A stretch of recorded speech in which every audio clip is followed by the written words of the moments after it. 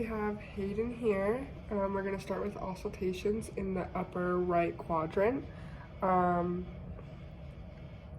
now all I can hear is some breathing sounds from her right lung.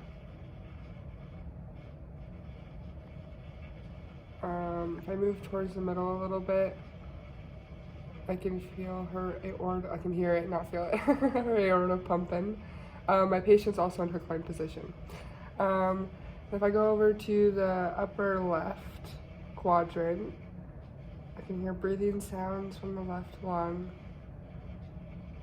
I don't hear anything from the small and large intestines. So then if I move down to the left lower quadrant,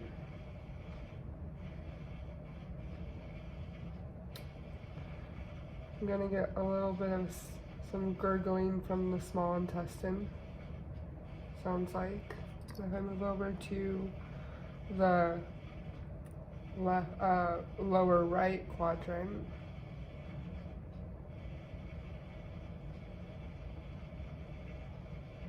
move down a little bit, might be able to hear her femoral artery pumping. Moving on to palpation, starting in the upper right quadrant. Upper right quadrant. I'm going to be able to feel her right liver lobe. So bad. Portions of her small and large intestine. If I go towards the middle a little bit, I won't be able to palpate her gallbladder or her right kidney unless I go from the back. But she has portions of her small and large intestine over here. I move to this left upper quadrant. I can feel her stomach right over here and her left liver lobe.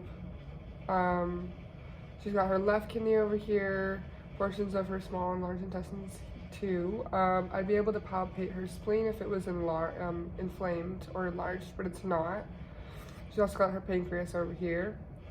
So then if I move down to the lower left, we'll have most of the small intestine and a little bit of the large intestine. We got her left ureter over here, reproductive organs, her ovaries. Then if I move over to the lower right quadrant, a little portion of her small and large intestines.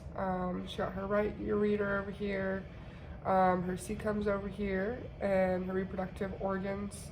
Did I already talk about the appendix? No, okay.